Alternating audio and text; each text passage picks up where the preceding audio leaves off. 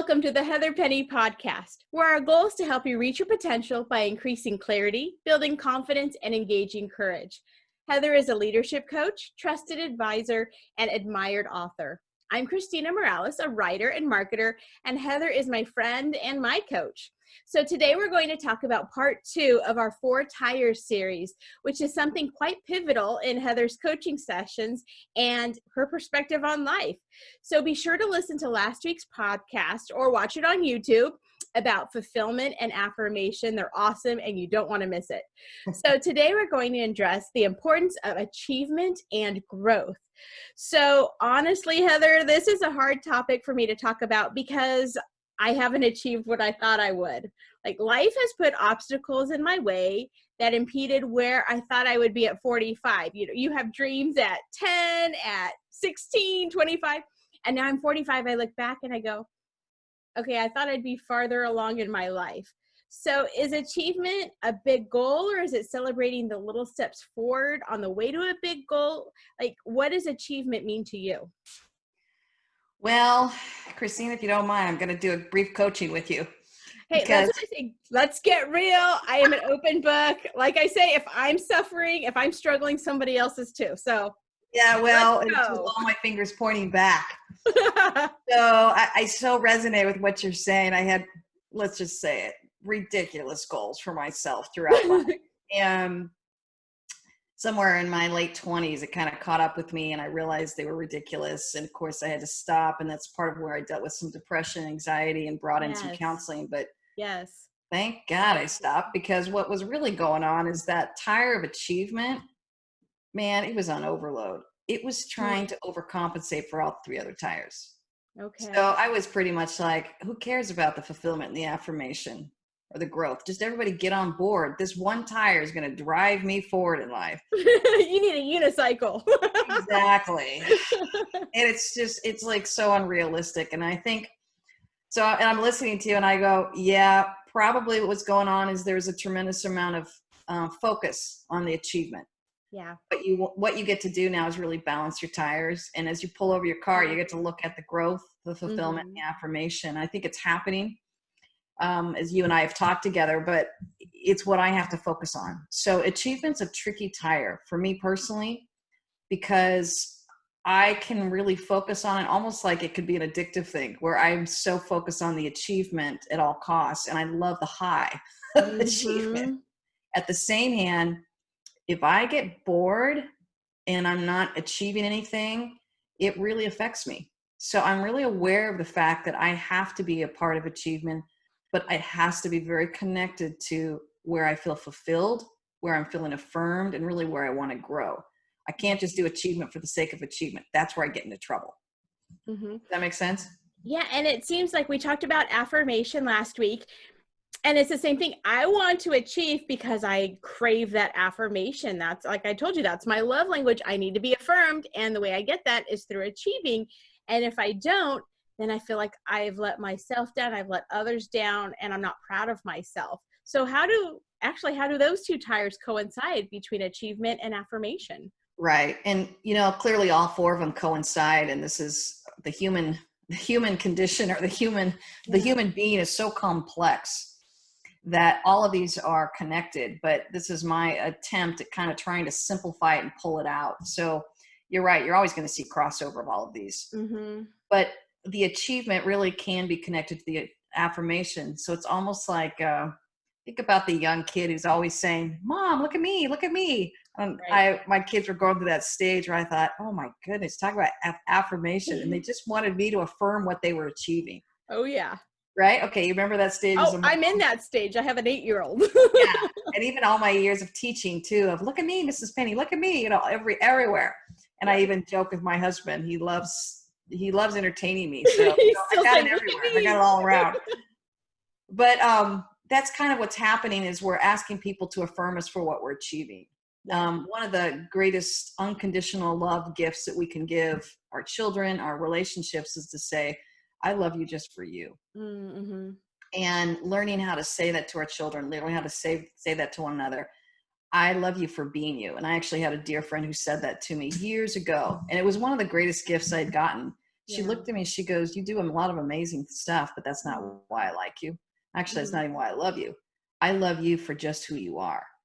And from someone who loves to achieve and got some validation from that, affirmation from that, she helped me separate out those two tires, but she Mm. still honored the achievement.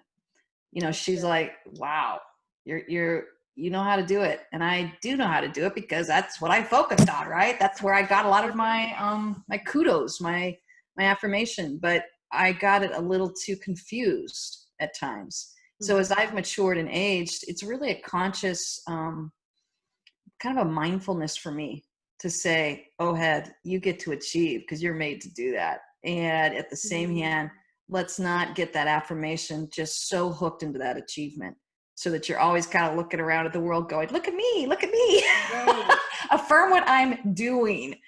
And some of that is good, but if that is where we're leaning too heavily in that, our affirmation gets pulled away from really who we are as a person. Does that make sense, Christina? Mm-hmm. It definitely does. And it's funny because I feel like my achievement, like how I feel accepting of it, also has to do with my perspective. Like last week, I have two cousins. One just bought a $2 million home. The other one asked me if I knew anything about Section 8 housing. And so I literally, that happened. And so I was like, oh, she had the $2 million house. However, I'm not looking into Section 8 housing. So how does our perspective influence how we view our achievement? Well, that's, yeah, the trap of comparison. Right. So once we start comparing, and we all do it, Yeah. the quicker you can be aware of it, you can pull back and we get to ask the question, what do I want to achieve? So Mm-hmm. again, I'll use me as an example. When I started feeling that pull of comparison and I started seeing, people's lifestyle really increasing around me and mine wasn't. Mm-hmm. And I remember feeling that sense of, I don't think I'm achieving what I want to achieve. Well, I stopped and I thought, what do I want to achieve? When I looked at what I was doing, I thought, no, my value really is achieving with this at-risk community right now. That's what I want to achieve. Or where I'm wanting to achieve in sacrificing my work right now because I'm getting my PhD. Oh, I am achieving what I want. Mm-hmm. um, where I wasn't achieving. I remember wanting to write a book, and I think I just talked about it for 2 years. And then I realized I was getting frustrated that I didn't have that sense of achievement there. So learning how to kind of step into that and say, what do I need to achieve? And I went and hired a writing coach who helped me get it in gear. Mm-hmm. So, I think how you step into that achievement and as we mature, we're really integrating it with how we are fulfilled, where we're affirmed, Mm-hmm. but we're staying away from that comparison. The comparison is what just kills the confidence. It's one of the biggest enemies to our beliefs. And it starts framing our beliefs of, I have to achieve in this area because that person is. Mm-hmm. I want to pull back and say, where do you truly want to achieve? And where are you achieving that is meaningful to you? I Mm-hmm. realized I didn't want the big house. I wanted the PhD. So once I accepted that and I realized I'm paying for this out of pocket, that's where I'm investing. And I get to bless those who want to invest in a $2 million home. Don't get me wrong, those are gorgeous and beautiful. But I think there's this, you get to choose where you want to achieve in life, and then you get to honor that. But you can't choose to achieve where everybody is achieving. You Mm-hmm. have to own where you want to achieve, and then let yourself be at peace with that and bless and release other people where they're achieving. Mm-hmm.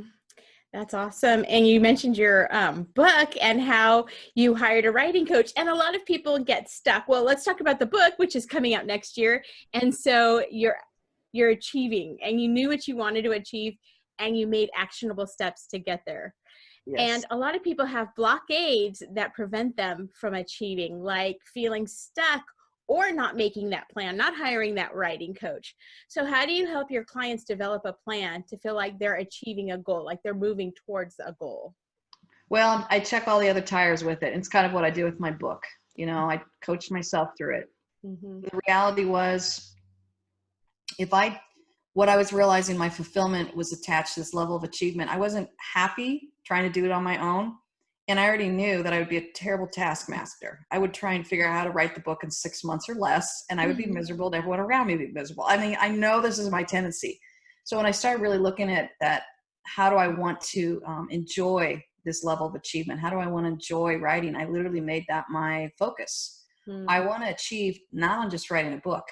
I want to achieve in enjoying the process of writing. So Mm. it's like I refocused my objective from just the book to I want to enjoy the journey of writing. That's Now amazing. I will tell you, it went from and then I realized to enjoy it, I want a buddy who knows what they're doing. I want to run it by him. I want to feel like my ideas are respected, but he can also give me this insight and experience. Mhm. And so thank you, Alan. Shout out to my writing coach, Alan. He was that guy who stepped into this with me, but it didn't take 6 months. It took closer to 3 years. Oh, wow. Yeah. I had to let go then of that achievement goal of, I want this done in 6 months or less, you know? No, remember my goal of achieving was to enjoy the process of writing and to get a final product, to have a well-written book that represents who I am and what I want to say to this world. Mhm. But I want to enjoy it. So in order for me to enjoy it, it required a completely different journey. Did I still achieve? Yes, but the goal was much bigger than just write a book. Mhm. So how do you direct your clients to find their purpose and their goal and to create that plan? I How do you listen dig that out? Yeah. Yeah, I listen to them and we start down the path. You know, it's part of why I don't work with people for less than 3 months. And most people, Mhm. I usually are with me from 9 months to about 2 years. And so we're working on what is it that you're wanting to achieve and how are you feeling about it? Mhm. Sometimes like halfway through, they're like, this is miserable. I wanted to write, I'll use myself as my own example. I wanted to write this book, but I'm miserable. So then I go, well, hang on, let's stop and talk. Bring in these other tires. Yeah. Is it growing at the pace you want? Are you feeling fulfilled and affirmed? No, I just feel like I'm writing a vacuum. I need someone to affirm my writing. Am I Mm. on? Am I off? Does this make sense? Or is this crazy talk? You know? So Mhm. all of those different tires are connected to how we achieve. It's not just my achievement pushing the whole car forward, pushing Mm. my journey forward. It's me making sure that I got four-wheel drive. Mhm. And I love that you said that it's not just writing the book, it was enjoying the process and enjoying writing, and that's part of the growth process, which is your fourth tire is growth, the sense of embracing. And I find it interesting that growth and achieving are the last two tires. You said we can move them around, but they Yeah. also work in partnership. It seems like if you've achieved something, like you wrote your book, that you've grown in so many areas. I'm sure as a writer, as a coach, as someone who's partnering and bouncing ideas off someone else. So is growth something different than measured success? And what does growth mean in the Heather Penny world? Yeah. In my little sphere of the In universe over your here, world. um, growth is really that's important for me to feel like I'm getting traction. Am I growing? Okay. Sometimes I can do it really well on my own. Sometimes I can do it with a friend. Sometimes I do it with my hubby. Sometimes I need to hire a professional because I'm Mhm. so out of my league and I want to grow in this. But growth is really about kind of getting that traction that helps me move forward. You Mhm. can feel when your growth is stunted, you can feel like, I don't know how to get from point A to point B. I don't know how to move forward. And I know it requires some level of growth. I just don't know what it is. So I think that's when I sit down and I either read lots of books or talk to people or journal or, like I said, hire people. Again, using this idea of the book, I realized here I am. I had to put away the shame because I'm an English teacher. Let's just review it. I've got Uh-huh. multiple degrees where I've written tons of papers, both in my master's and my PhD. I Mhm. should be able to write a book, was what I was telling myself. The Right. reality was I didn't have the capability or skill set to produce a book at the level and the quality that I wanted to do it. I needed to grow in my writing skills. So I think once I made peace with that, I go, well, let's go involve someone and hire a professional who knows how to write. I let myself grow in an area that I was deficient in.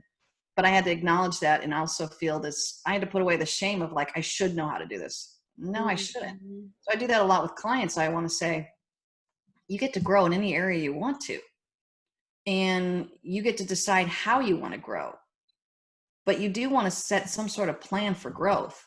And how you step into that is going to be critical. Do you want to read a book? Do you want to talk to somebody? Do you want to just kind of go away on a me retreat and figure it out? I mean, there's so many ways to grow, but how you're growing is really important, because if you don't, what happens is you can sense that you're not growing. And Mhm. that's where we get more depressed, more anxious, more anger. we're frustrated because we can feel that we need to grow in an area, or we've outgrown an area in our life, but we don't have the skill set or the knowledge base to how to move forward and grow. And the biggest thing is just affirming people. Yeah, you totally get to grow. And there's so many ways to do it. Let's just slow it down and talk about your growth plan. Mm-hmm. And in this growth state, what are we embracing? Each one you've had doing, this is embracing. You could have said maturing or evolving or soaking up knowledge or a bunch of other words. Why did you choose embracing this tire? Well, I'm so glad you reminded me of that. I forgot I chose that word, to be honest. I'm looking at my little diagram you gave. I'm like, yeah, that's right. I do remember choosing that word, and it was about staying curious. Okay.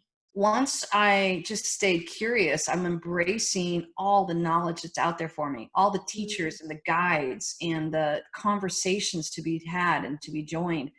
It allowed me to embrace it instead of already have my act together and feel like I'm supposed to already know how to grow in this myself. The reality is that we can't reach new levels of growth without people in our life. And I gently tell people that and remind people of that. And then I just tell people, I hire people all over the time, coaches and counselors and friends on speed dial, if I want some area of growth and I'm focusing on it. I think letting ourselves understand that growth is something to be embraced, and it actually can be fun. And you want to be able to be that kind of presence in the world, almost like the kid in the classroom at the front row with the hand raised saying, pick me, I want to learn more. And I think the whole world just opens up to you. So you're embracing a sense of there's so much more for me. And that's what the message of hope I love giving people. I'm like, growth is powerful. Yeah. You get to grow in any area you want. Like, you get to embrace it, and you get to stay curious with it. And many people, I'm realizing, feel a tremendous amount of shame if they're not growing in an area. I'll hear people say, gosh, I'm 45 and I can't believe I don't know this. Well, I felt the same thing. With my background, I can't figure out how to write a book. What's wrong with me? And when I had to shut down that shame and say, wait a minute, you get to step into this as a growth learning opportunity, and you get to hire all your buddies around you to help you figure this out. Now you get to embrace the sense of curiosity, and you get to trust the journey. And it goes back to, we've talked about self-talk too. What are you telling yourself? And you're giving yourself the grace to say, okay, it's okay that I don't know this, but there are resources out there where I can learn, so you can keep moving forward. And I'm smart enough to learn this. Yes. And so that's great. And then it's also giving us fulfillment, because there's endless opportunities where we can learn more and do more and fill that need that we have. And so, like you're saying, all of these 4 tires work together. And actually, that's my next question. How do these 4 tires work together to create balance in your life? And what happens if one of them is flat and isn't working right? Yeah, I think what happens, I use this as a model to kind of separate the 4 tires, but I think as we mature, we start really living in 4-wheel drive. So they all start kind of working together at the same time. It's just usually when I find people, they're usually pulled over the side of the road and they don't know where to start. So this is probably the most concrete way that I just help them kind of like, let's just pick a tire. Honestly, it doesn't really matter which one you pick, because they're all synergistically connected. Once you pick one, it starts affecting the other tires. You start letting yourself grow. You start letting yourself achieve. You start really checking how you get to feel fulfilled and whether you're feeling affirmed in this.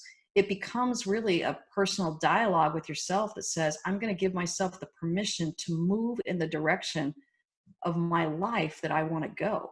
The essence of coaching really is, why can I not get to where I want to go? So that's why I love this metaphor of a car. I say, well, it's usually connected to these 4 tires, and you got to make sure that you're the driver. Sometimes I find people and I'm like, you're not even in the driver's seat of your car.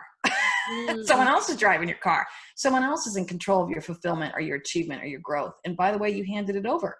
You get to take your driver's seat back and figure this piece out. That's a whole new concept for people.